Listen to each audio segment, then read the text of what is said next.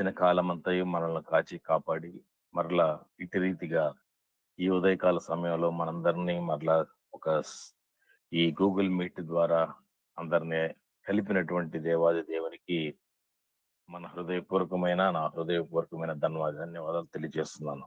అయితే ఇది కొంచెం ఒక చిన్న విషయాన్ని మనం దేవుని వాక్యం ద్వారా మనం నేర్చుకుందాం. ఎప్పుడైనా సరే మన ఒక విషయాన్ని మనం చదువుకున్నప్పుడు, విన్నప్పుడు అది మన హృదయంలో నాటుకుపోయి ఉంటుంది. ఎప్పుడన్నా సందర్భం వచ్చినప్పుడు, ఆ మాటల జ్ఞాపకం వచ్చినప్పుడు, ఆ జ్ఞాపకం వస్తాయి కనుక అప్పుడు చాలా మనం సంతోషిస్తాం అనమాట. అరే! ఈ మాట నేను అప్పుడెప్పుడో విన్నానే. అప్పుడు విన్నప్పుడు అర్థం కాకపోయినా, నువ్వు దేవునిలో ఎదిగే కొద్దీ ఒక టైంలో అది నీకు అర్థమైనప్పుడు మనకు చాలా సంతోషం వేస్తుందనమాట. ఓకే. ఈ మాట నేను విన్నాను. ఆహా! దాని అర్థం ఇదా అని ఒక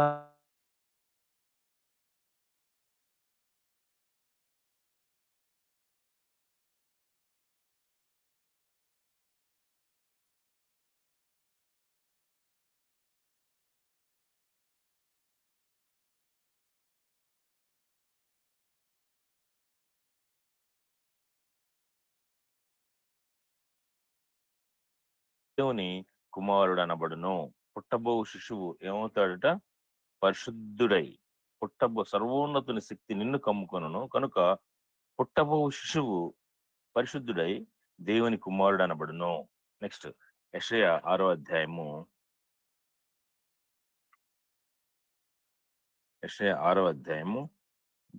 2, 3 వచనాలు నేను చదువుతాను.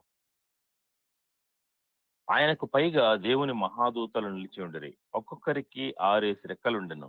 ప్రతివాడు 2 రెక్కలతో తన ముఖమును, 2 రెక్కలతో తన కాళ్ళను కప్పుకొనుచు రెంటితో ఎగురుచుండెను. వారు సైన్యములకు అధిపతియగు యెహోవా పరిశుద్ధుడు, పరిశుద్ధుడు, పరిశుద్ధుడు, సర్వలోకము ఆయన మహిమతో నిండి ఉన్నది అని గొప్ప స్వరముతో గాన ప్రతిగానములు చేయుచుండిరి. సర్వోన్నతుని శక్తి నిన్ను కమ్ముకొనును కనుక సర్వోన్నతుని శక్తి నిన్ను కమ్ముకొనును గనుక పుట్టబో శిశువు పరిశుద్ధుడు. ఇక్కడ పరిశుద్ధుడు, పరిశుద్ధుడు, పరిశుద్ధుడు, సర్వలోకము ఆయన మహిమతో నిండి ఉన్నది అని గొప్ప స్వరముతో గాన ప్రతిగానాలు చేస్తున్నారు. నెక్స్ట్ ఇంకోటి నిర్గమకాండము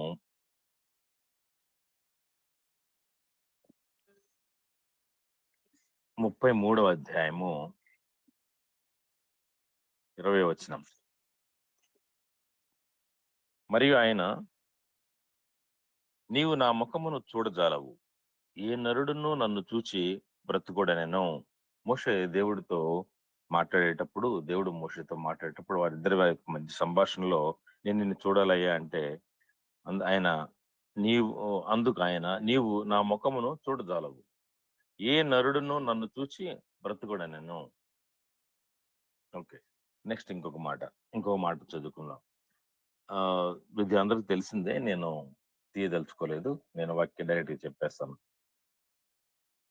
అపోస్తల కార్యాలు 20వ అధ్యాయం 28వ వచనం. అందరికి నోటెడ్ ఈ మాట. దేవుడు తన స్వరక్తం ఇచ్చి సంపాదించినటువంటి సంఘము అని ఉంటుంది అక్కడ. దేవుడు తన స్వరక్తం ఇచ్చి సంపాదించిన సంఘం. ఇంకొక వచనం తిమోతి 2వ అధ్యాయము 5వ వచనం ఏమంటుందంటే అక్కడ, దేవుడు ఒక్కడే, దేవునికిని నరులకును మధ్యవర్తి ఒకడే, ఆయన క్రీస్తు యేసు అను నరుడు.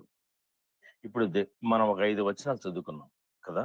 ఈ 5 వచనాల్లో నుంచి ఈరోజు వాక్యాన్ని మనం ధ్యానం చేసుకుందాం. సంతోషం. ప్రభు అయిన యేసుక్రీస్తు వారు దేవుడు అని మనం అందరం క్రైస్తవ సమాజం మొత్తం నమ్ముతున్నారు. నమ్మి తీరాలి, ఇంకా వేరే ఆప్షన్ లేదు. అయితే ఆయన భూమి మీదకి రావడానికి అది పేతురు పత్రికలో ఒక మాట ఉంటుంది. ఏంటంటే, ఆయన జగత్తు పునాది వేయబడక మునిపే నియమింపబడెను, ఈ యుగముల సమాప్తి యందు ఆయన ప్రత్యక్షపరచబడెను అని ఉంటుంది.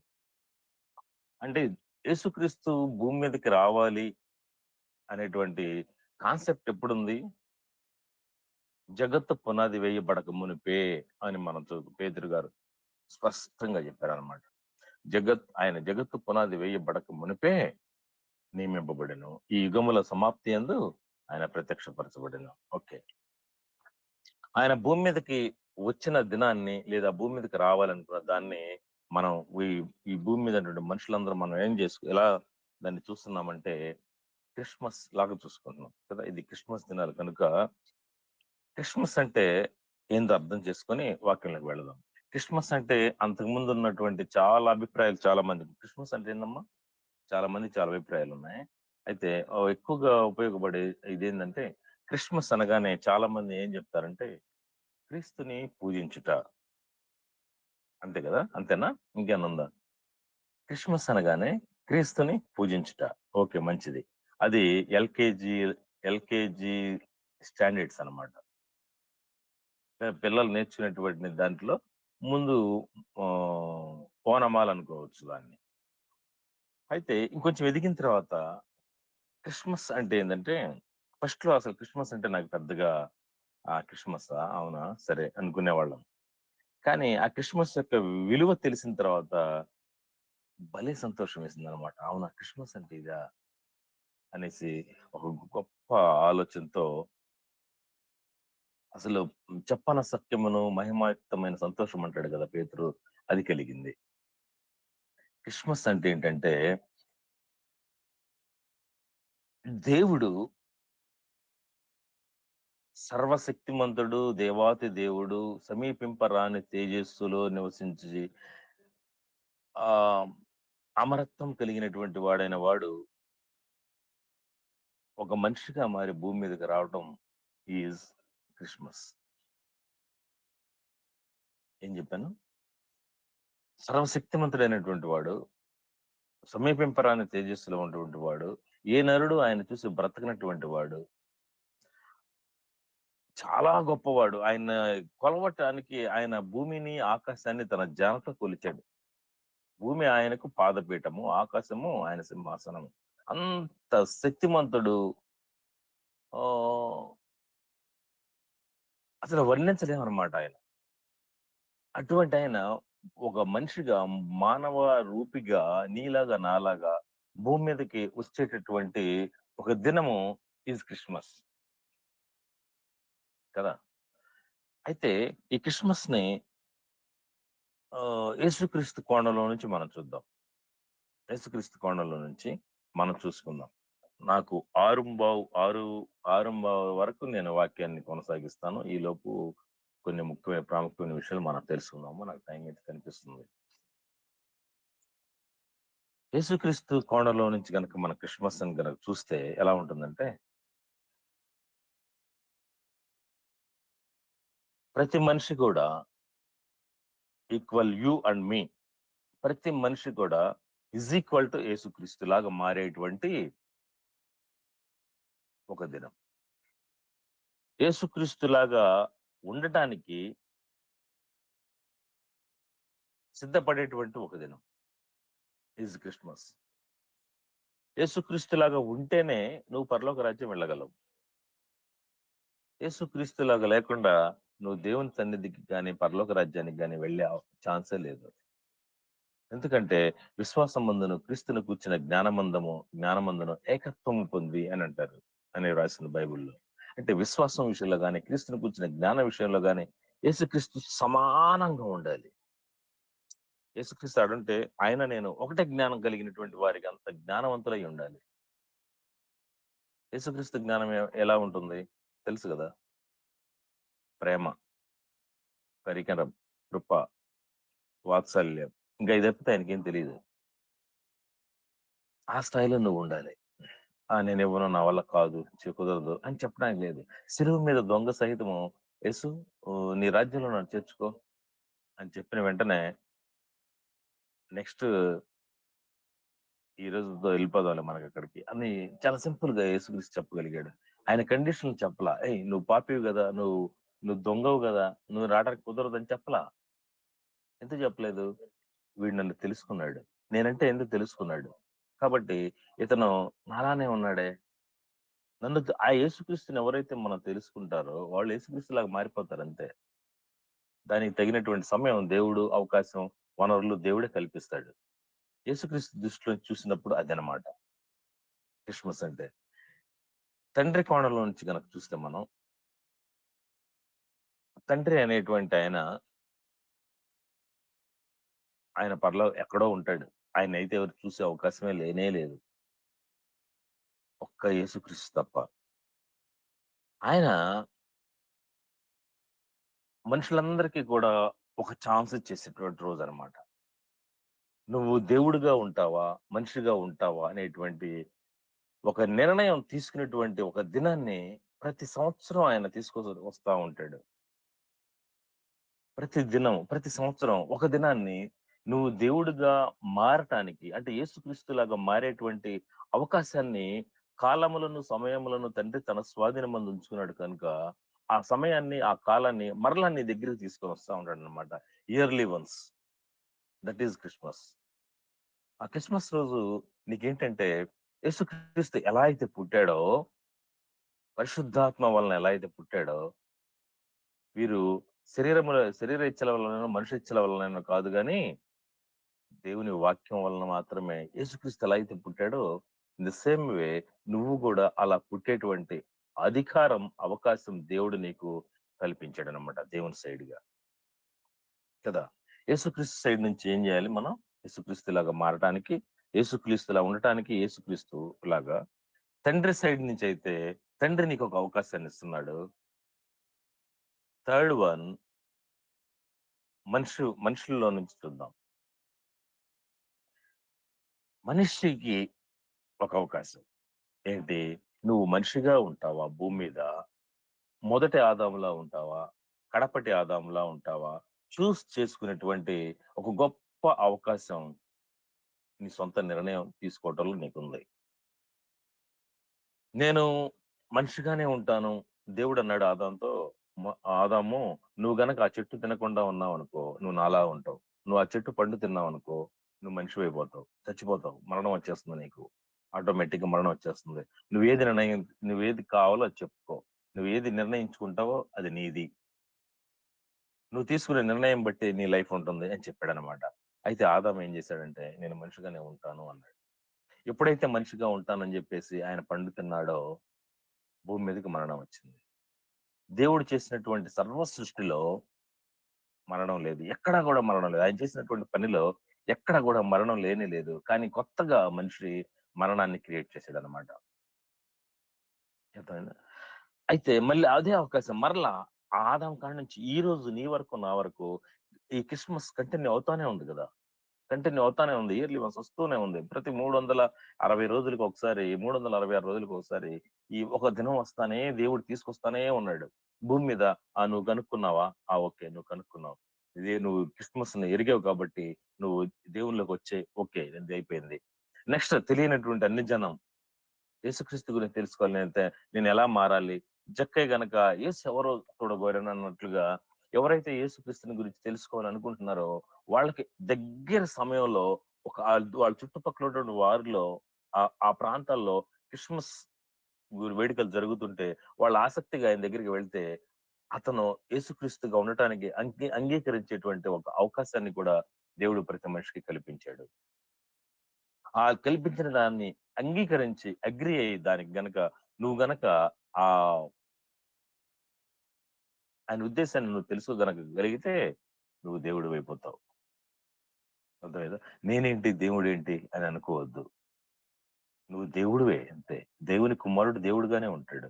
వాక్యము ఎవరి దగ్గరికొచ్చెనో, వాక్యం ఎవరి వద్దకొచ్చెనో వారు దైవములని మీ గ్రంథములలో, మీ ధర్మశాస్త్రంలో నేను చెప్పానని మీరు అనలేదా అంటాడు దేవుడు. యోహాను సువార్త 10:30లో. వాక్యం ఎవరి దగ్గరికైతే వస్తుందో వారు దైవములంతే. వారు దేవుళ్ళు. క్రీస్తును క్రీస్తు దేవుని స్వరూపి అయి ఉన్నటువంటి క్రీస్తు అంటాడు. మన ఒక చోట కొలస్సీ పత్రికలో మనం చూస్తాం కదా! సో, ఇప్పుడేమన్నా అర్థమైందండి? క్రిస్మస్ అంటే ఏంటి? దేవుడు దేవుడు ఒక అవకాశం ఇస్తాడు.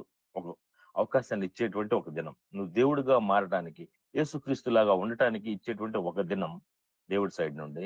మనుషుల సైడ్ నుంచయితే నువ్వు దేవుడిగా ఉండటానికి అంగీకరింపబడేటువంటి ఒక దినం. యేసుక్రీస్తు సైడ్ నుంచయితే నువ్వు యేసుక్రీస్తు లాగా ఎలా ఉండాలో, దేవుడిలాగా ఎలా ఉండాలో ఆయన్ని చూసి మనం నేర్చుకునేటువంటి ఒక దినం. ఆయనలా పుట్టేటువంటి ఒక దినం. That is Christmas. ఆ అవకాశాన్ని, గొప్ప ఆపర్చునిటీని దేవుడు మనకిచ్చాడు. మంచిది. అయితే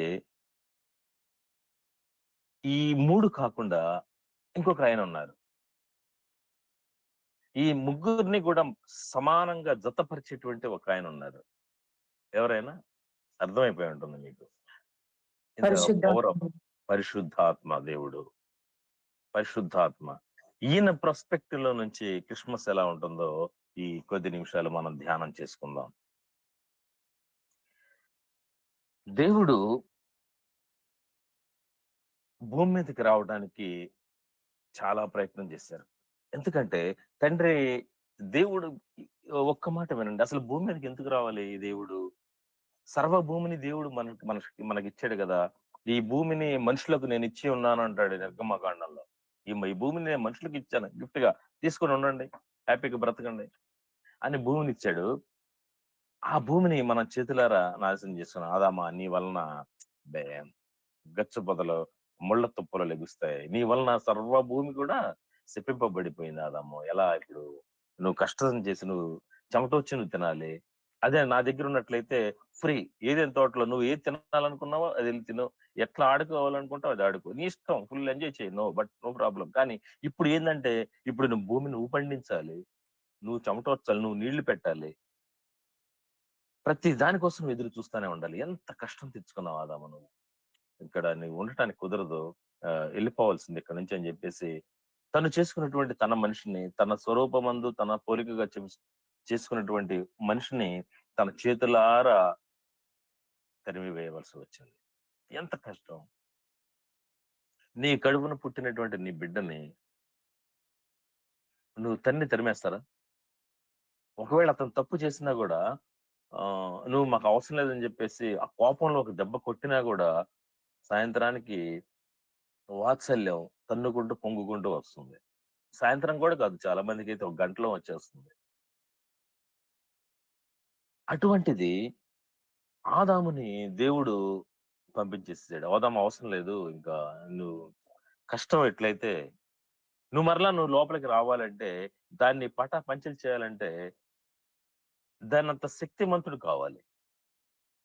నువ్వు పాపం చేసావు గదా! మరలా నిన్ను పరిశుద్ధంగా చేసి నన్ను లోపలికి తీసుకొని రావాలి. నువ్వు ఇదే సిన్‌తో నువ్వు లోపలికొచ్చి ఉండలేవు. ఒకవేళ ఆదాము మరలా ఆ పండు తీసుకొని తినునేమో అనుకోని దేవుడు గెస్ చేసాడు. ఒకవేళ జీవవృక్షం తినేస్తే, అరే! అటు మనిషిగా ఉండలేడు, దేవుడిగా ఉండలేడు, రాక్షసుడైపోతాడే ఎలాగా? ఇతన్ని ప్యూర్ మనిషిగా మరలా చేయాలంటే, అంటే నా అంతటి వాడిని చేయాలంటే నేనేం చేయాలంటే, కొంచెం ఎడబాటు కావాలి. ఎడబాటు చేద్దాం. అబ్రాహాముని పంపించేద్దాం అని చెప్పి, ఆదాముని పంపించేద్దాం అని చెప్పేసి, ఆద్ ఆహ్, ఆహ్, ఆదామా నువ్వు కొంచెం వెళ్ళాల్సిందే అని చెప్పేసి, అది కష్టం మీద ఇష్టం లేకుండా బలవంతంగా దేవుడు బయటికి పంపించేసాడు. నువ్వు ఈ పండు తినే దినమున నిశ్చయముగా చచ్చెదవు. అటువంటి చచ్చినటువంటి అతన్ని మరలా ఎలా చేయాలి? ఆయన మాట పలకటం ద్వారా కదా అది జరిగింది. దేవుని యొక్క స్థాయిని బట్టి ఆ మాట పలికారు గాబట్టి, ఆ మాటను మరలా కరెక్ట్ చేయటానికి దేవుడే రావాల్సి వచ్చింది భూమి మీదకి. ఒక ప్రణాళిక ఏర్పాటు చేసుకున్నాడు. ఎందుకంటే నేను పలికాను కాబట్టి ఆ మాటని మరలా తుడిపేయాలి అంటే, మనకు విరోధముగాను, అడ్డముగాను ఉన్న ఆ పత్రాన్ని నేను తీసేసేయాలి అంటే, నేను వెళ్ళాల్సిందే. ఇంకెవరి వల్ల కాదు. అంతకుముందు చాలా మందికి ఆ ఛాన్స్ ఇచ్చి చూసాడు. చాలా మందికి మీరు భూమి మీదకెళ్ళి కొన్ని కొన్ని చిన్న పనులు చేసి రండి బాబు అని జెప్పేసి కొంతమంది దూతల్ని పంపిస్తే, వాళ్ళు భూమి మీదకొచ్చి ఏం జేశారంటే, దేవుని కుమారులు, నరుల కుమార్తెలను చక్కని వారిని చూసి వాళ్ళని పెళ్లి జేసుకున్నారు. పైకి వెళ్ళలా మరల. భూమి మీదకొచ్చారు. భూమి మీద ఉండిపోయారు. ఇదేంటి వీళ్ళు భూమి మీదకెళ్ళి శరీరంలో చూడంగానే వీళ్ళు కూడా శరీరులయిపోతున్నారేంటి? అని జెప్పేసి దేవుడికి పెద్ద క్వెషన్ అన్నమాట. హుహు. నో. నో. నో. వాడు ఎప్పుడైతే ఇక్కడ కిందకొచ్చేసాడో వాడిని ఎవరైతే భూమి మీద ఉండిపోయారో వాడిని భూమి మీదే ఉండని ఇబ్బందేం లేదు అని వదిలేసేసాడు. అబ్రాహాంకి నీకు శారా గర్భం ఉంది. తదుపరి నెక్స్ట్ ఇయర్‌కి నీకు పిల్లలిస్తారని చెప్పినప్పుడు ముగ్గురొచ్చారు గదా! వారు కూడా దేవుని కార్యం మీదే వచ్చారు. అబ్రాహాంతో మాట్లాడారు. మరలా తిరిగి వెళ్ళిపోయారు. కానీ వాళ్ళకి పాపాలను తీసేటువంటి టాస్క్ దేవుడు వాళ్ళకివ్వల. ఎందుకంటే మనిషిగా పుట్టి, మనిషిగా మరలా మనిషిని దేవుడు చేయాలి అంటే దేవుడే దిగి రావాలి. అవునా? అయితే ఈ వచ్చే క్రమంలో బాగా ఆలోచించండి. ఎలా రావాలనేది పెద్ద క్వెషన్. ఎలా రావాలి భూమి మీదకి దేవుడు? ఒకవేళ వెలిస్తే మన ఇండియా కల్చర్ ప్రకారం మన భారతదేశంలో ఉన్న సంప్రదాయం ఏంటి? ఆహ్, పలానా ఒకాయన ఆ ఊర్లో వెలిసాడండి. ఎక్కడ భూమి మీద ఆయనేందో మరి నేల మీద వెలవడు. ఏదో కొండల మీదే వెలుస్తారు ఎక్కడైనా సరే. మన ఇండియా సైడ్ ఎక్కడైనా సరే. ఆయన అక్కడ వెలిసాడండి అని చెప్పేసి అందరూ అక్కడికెళ్ళిపోయి దాన్ని ఒక పెద్ద ఒక సిటీని చేసేస్తారు. ఆ వెలిసాయనటువంటి ఆయన ఏమైనా మాట్లాడుతున్నాడా? No. He is the stone. ఒక పదార్థం, ఒక వస్తువయిపోయాడాయన. అంటే భౌతికంగా కంటికి కనిపించేటటువంటి ఒక హ్యూమన్ బీయింగ్ గూడా కాదు. ఒక వస్తువు అంతే. ఒక రాయి. అట్లా వెలవడం. సరే ఈ వెలిసే దాన్ని మనం ఏమనుకున్నాం? దేవుడు అవాయిడ్ చేస్తాడు. ఆహా! ఇది కరెక్ట్ కాదనుకుంటాడాయన. సరే అన్‌ఎక్స్‌పెక్టెడ్‌గా పైనుంచి భూమి మీద నుంచి ఆకాశం నుంచి భూమి మీద పడ్డాడనుకోండి. మనుషుల్ని నేను బాగు చేయాలి. మనుషుల్ని మరలా నేను ఒక మంచి మార్గంలో పెట్టాలని జెప్పేసి అన్‌ఎక్స్‌పెక్టెడ్‌గా ఆటోమేటిక్‌గా పైనుంచి వచ్చాడనుకోండి. మనుషులెవరు నమ్ముతారా? హ్మ్. ఏమంటారు? ఏలియన్స్ వచ్చినాయి భూమి మీదకంటారు. అవునా? ఏలియన్స్ అనరు గదా! తప్పితే నువ్వెంత మనిషిగా ఉన్నా గూడా నువ్వెవరబ్బాయివి? మీ గోత్రం ఏంటి? నీ పుట్టుకేంటి? మీ ఇంటి పేరేంటి? నువ్వెవరు? మీ దేవుట్లు సో అండ్ సో కొన్ని క్వెషన్స్ వస్తాయి కదా! ఏలియన్ లాగా ఏలియన్స్‌ని గూడా అవాయిడ్ చేసేద్దాం. అయితే ఎలా రావాలి భూమి మీదకి? మనుషులుగానే రావాలి. మనిషిగానే రావాలి. ఆ మనిషి కూడా ఎవరు రావాలి? దేవుడు మనిషిగా మారి రావాలి. అందరూ చాలా చక్కగా చెప్పుకుంటారు. దేవుడు ఆ వాక్యము శరీరధారి అయి కృపా సత్య సంపూర్ణుడుగా మన మధ్య నివసించెను. గొప్పగా చెప్తారు గదా! మంచిదే. గొప్పదే కాదంట్లా. నేనిక్కడ మీకు చెప్పదలుచుకున్న విషయం ఏందంటే, ఆయన నిన్న, నేడు ఏకరీతిగా ఉన్నాడు. హ్మ్. ఆయనను చూసి ఏ నరుడు బ్రతకలేడు. అవునా? మోషే నిన్ను చూడాలయ్యా అంటే, "నువ్వెక్కడ నన్ను చూస్తావు మోషే? నన్ను చూసి నువ్వు చచ్చిపోతావు గదా! నువ్వు బ్రతకలేవు. నీ వల్ల కాదంటాడు." "లేదు నేను నిన్ను చూడాల్సిందే." "కుదరదు మోషే." "లేదు ప్రభువా నేను నిన్ను చూడాల్సిందే." అంటే ఆయన సరే నేను కనిపిస్తానులే గాని మోషే కనిపించడానికి తన చేతుల్ని ఇట్లా దీపాన్ని ఆరిపోకుండా మన చేతులు అడ్డం పెట్టినట్టు పెట్టి, ఆయన ముందుకు వెళతా ఉంటే వెనక పార్శ్వాన్ని చూసాడు అని రాశాడు బైబిల్‌లో. మోషే రాసుకున్నాడు అట్లా. నేను దేవుడి యొక్క వెనక పార్శ్వాన్ని చూసాను, వీపుని చూసాను అని. ఎలా కుదిరిందది? హ్మ్. అరే! ఆయన దేవుడు కొండ మీదకొస్తేనే, భూమి మీదకొస్తేనే కొండలెలా కరిగిపోతాయి? మగినము కరిగినట్లు కరుగుతాయి. మగినమైతే ఎలా వేడి కరిగిపోతుందో, కొండలు గడగడ షేక్ అయిపోయి కరిగి కారిపోతాయి. అంత శక్తిమంతుడు. ఆయన భూమి మీదకొచ్చేటప్పుడు 10 ఆజ్ఞలు ఇవ్వడానికి కొండ మీదకి దిగొచ్చేటప్పుడు, "మోషే నేను రేపొస్తున్నాను. ఏంటి కొండకి మేరలు ఏర్పరచు. కొండ దగ్గరికి ఎవరు రాకూడదు. ఎవరన్నా వచ్చి ఆ కొండను గనక పట్టుకుంటే, ముట్టుకుంటే, ఆ సమీపానికొస్తే వాడు చచ్చిపోతారు. వాడు మరణశిక్ష విధించబడును." అరే! దేవుడి మందసాన్ని దేవుడు రాసిన నా 10 ఆజ్ఞలని మందసంలో పెడితే, ఆ మందసాన్ని మోయటానికి ఒక వంశాన్ని పెట్టి, ఆ రెండో వంశస్థుడు ఎవరన్నా వచ్చి దాన్ని పట్టుకుంటే వాడు బ్రతుకుతున్నాడా? ఎవరో లోపల ఏందో ఉంది చూద్దాం అని చెప్పేసి తొంగి చూసారు. చచ్చిపోయారందరూ తాకొట్టి. ఒక యాజకుడు లోపలికెళ్ళి ధూపమేస్తా నువ్వు కటం తీసి చూడొద్దు. లోపల ఏముందని చూడొద్దు. లోపల కెరూబులుంటారు. వాళ్ళ మధ్యలోంచి నేను మాట్లాడుతా ఉంటాను. దాన్ని మాత్రం నీకు తెలుసు గాని, నువ్వు లోపలికొచ్చేటప్పుడు నువ్వు చూడకుండా నన్నుండటానికి ధూపం వేస్తా ఉండాలి. ఏంటి కేవలం అప్పట్లో మోషే ఉన్న సమయంలో మందసం ఉన్నప్పుడు ఉన్నటువంటి పరిస్థితి. ఆయన చేతితో రాయబడినటువంటి పలకలున్నటువంటి ఆ మందసాన్ని చూడటానికే మనిషి చచ్చిపోతా ఉంటే ఆయన మనిషిగా భూమి మీదకి వస్తాడంట. ఎలా వస్తాడు? ఎలా కుదురుతుంది? ఎప్పుడైనా ఆలోచించారా? ఎప్పుడైనా ఆలోచించారా? బాగా గమనించండి. దేవుడు మనిషిగా భూమి మీదకి రావటానికి ఆయన ఎంత మోషకి కనిపించడానికి అంత కేర్ తీసుకున్నవాడు భూమి మీదకొచ్చి ఉండటానికి ఏం జరిగుండొచ్చు? ఏం జరిగుండొచ్చు చెప్పండి? ఎంత గొప్ప విషయం చూసారా? దానికి దేవుడు చాలా ప్రణాళికలేసారు. నేను రాకుండా పని జరుగుతుందేమో అని జెప్పేసి ఫస్ట్ నోవాహుని పంపించాడు భూమి మీద. నోవాహు చూస్తే నువ్వొక్కడివే నీతిమంతుడిగా ఉన్నావు నోవాహు. మిగతా వాళ్ళందరిని తీసేసేద్దాం అవసరం లేదు అని జెప్పేసి జలప్రళయం తీసుకొచ్చి మొత్తం చంపేసాడు. అంటే ఇప్పుడు దేవుని శక్తి ముందు మనిషి ఎలా అయిపోయాడు? దేవుని యొక్క సర్వశక్తిమంతుడు, ఆయనకున్నటువంటి పవర్ ముందు, ఆయనకున్నటువంటి పరిశుద్ధత ముందు, ఆయనకున్నటువంటి జ్ఞానం ముందు, ఆయనకున్నటువంటి ఆ యొక్క అదృశ్య స్వరూపం ముందు, ఆయన శక్తి ముందు మనిషి ఏ కోణంలోనూ ఆహ్, 1000లో ఒక్క 1000 కూడా కాదు. కోటిలో ఒక్క సెంటీమీటర్ అంత ఇది కూడా చేయలేకపోతున్నాం. అంటే ఆయన ఆ స్థాయిలో ఉంటే, మనిషి ఈ స్థాయిలో ఉంటున్నాడు. ఆయన పరమ పరిశుద్ధుడైతే, ఈయన పరమ పాపి.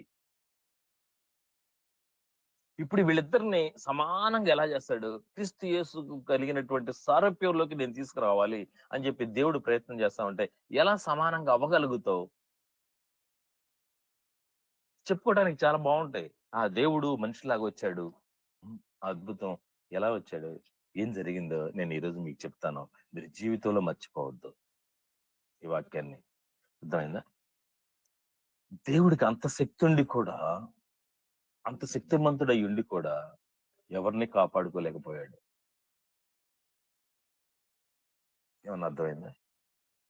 ఐగుప్తు దేశంలో నుంచి తీసుకొనొచ్చినటువంటి వారిని ప్రతి విషయంలో వాళ్ళకి అబ్జెక్షన్సే.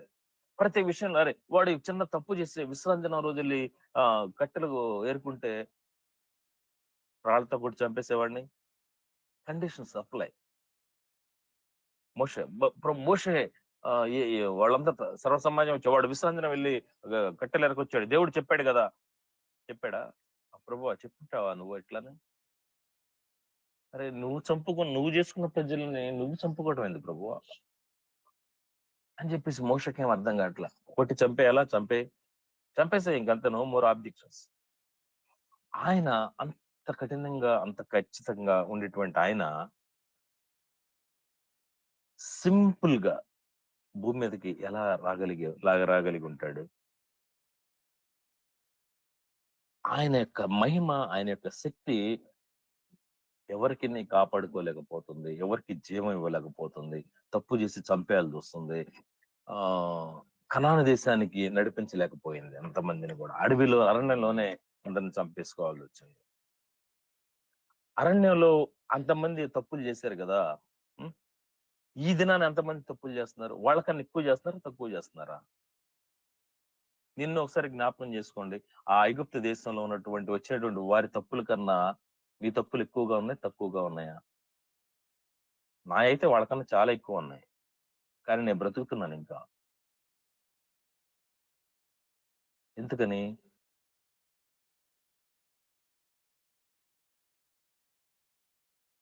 దేవుడు నన్ను క్షమించాడు. నా కొరకు ఆయన చనిపోవటానికి భూమి మీదకొచ్చాడు. ఎలా వచ్చాడంటే, నాకు రక్తము, మాంసము ఆ పిల్లలు రక్త మాంసములు కలవారైనందున మరణం యొక్క బలము కలిగినటువంటి వారిని మరణము ద్వారా నశింపజేయుటకు ఆయన కూడా రక్త మాంసములలో పాలివాడు కావలసి వచ్చెను. నాకు ఏదైతే ఉందో నా శరీరంలో ఆదాముని మనిషిగా చేసిన తర్వాత అని ఊదినప్పుడు నాకేమొచ్చింది? ఆత్మొచ్చింది గదా! ఆ ఆత్మ ఎలా వచ్చిందంటే, అది దేవుని దగ్గరున్నప్పుడు ఆత్మ. దేవుని దగ్గర ఉన్నప్పుడు అది ఆత్మ. ఆ ఆత్మ నాలోకి ప్రవేశించినప్పుడు, అంటే మట్టి మనిషిలోకి ప్రవేశించినప్పుడు, ఆ ఆత్మ కాస్త ఏమైంది?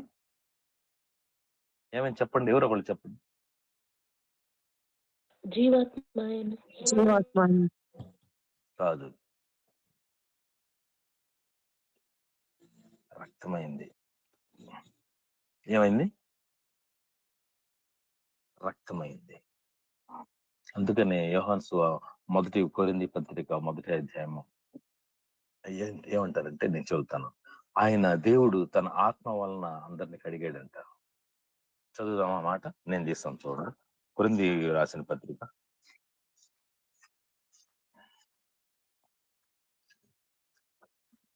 మొదటి కొరింథీలకు రాసినటువంటి పత్రిక 6వ అధ్యాయము 11వ వచనం నేను చదువుతాను చూడమ్మా.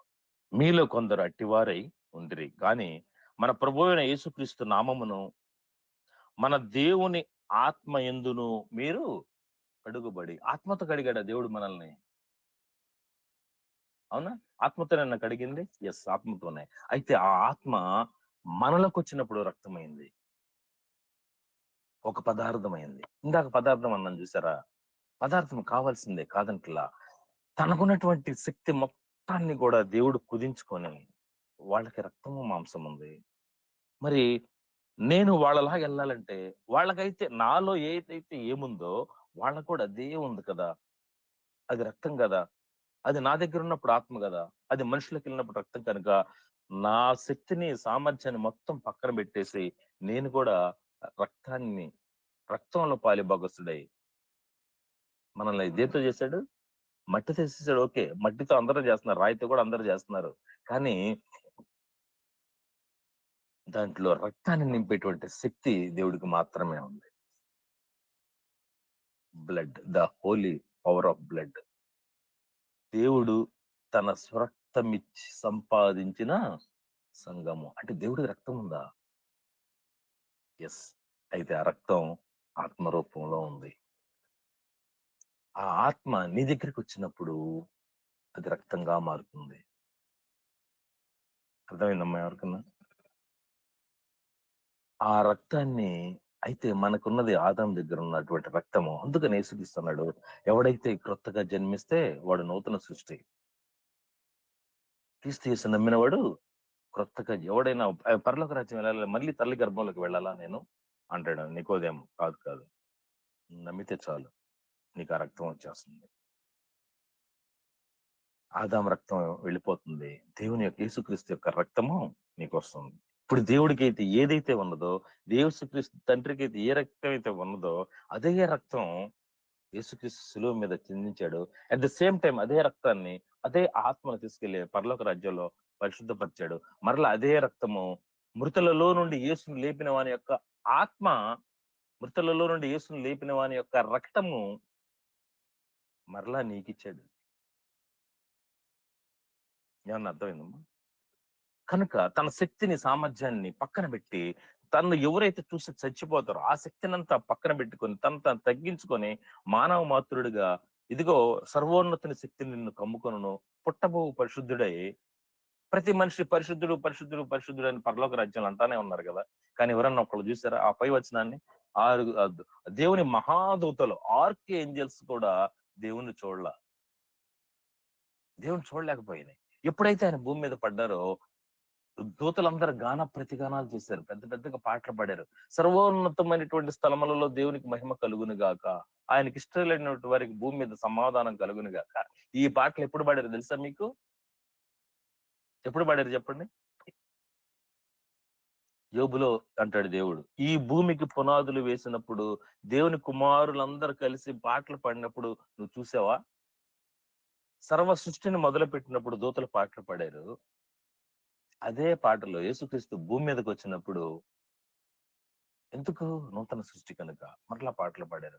అదే పాటలు మరలా నువ్వు మారు మనసు పొంది పాపి పరిశుద్ధుడిగా అయినప్పుడు, ఐ మీన్ టు సే, నువ్వు ఎప్పుడైతే యేసుక్రీస్తుగా మారుతానని చెప్పి క్రిస్మస్ రోజున నువ్వు ఆ దినాన్ని నువ్వు క్రిస్మస్ గా చేసుకుంటావు, ఆ రోజు అరే పాపి పరిశుద్ధుడిగా మారాడు అని పరలోక రాజ్యంలో మరలా పాటలు పాడతారు. నా గురించి పాటలు పాడారు, అయిపోయింది. మరి మీ గురించి పాడారు లేదు మీరు ఒకసారి చూసుకోండి, ఒకసారి చెక్ చేసుకోండి. మీ బిడ్డల గురించి, మీ గురించి. అందుకని యేసుక్రీస్తు అన్నాడు, నాదే ఉందమ్మా, నేను పరలోక రాజ్యం వెళ్ళిపోతాను, నా బదల్లా మీదే, మీకోసం, మీ పిల్లల కోసం ఏడవండి. వాళ్ళు క్రిస్మస్ రోజున మరలా వాళ్ళు నాలాగా పుడతారో లేదో మీ పిల్లల్ని మీరు ఒకసారి చూసుకోండి. ఎందుకంటే జీవము కలిగినటువంటి దేవుడి చేతిలో పడటం భయంకరం. ఆయన చేతిలో అసలు పోగొడనే మనం. అపవాది చేతిలోకిన్నా కొంచెం సేపు హింసించి వదిలేస్తాడు వాడు. పట్టి పీడిస్తాడు. ఈ భూమి మీద ఉన్నంత సేపు అపవాది వాడి శ్రమ. అపవాదితో మనం పడే పోరాటం. అపవాది ఆఫ్టర్ ఆల్ దేవుని దృష్టిలో. కానీ జీవం కలిగినటువంటి దేవుడి చేతిలోంచి మనం తప్పించుకోవాలంటే నువ్వు యేసుక్రీస్తు అవ్వాల్సిందే. ఏమన్నా అర్థమైందా?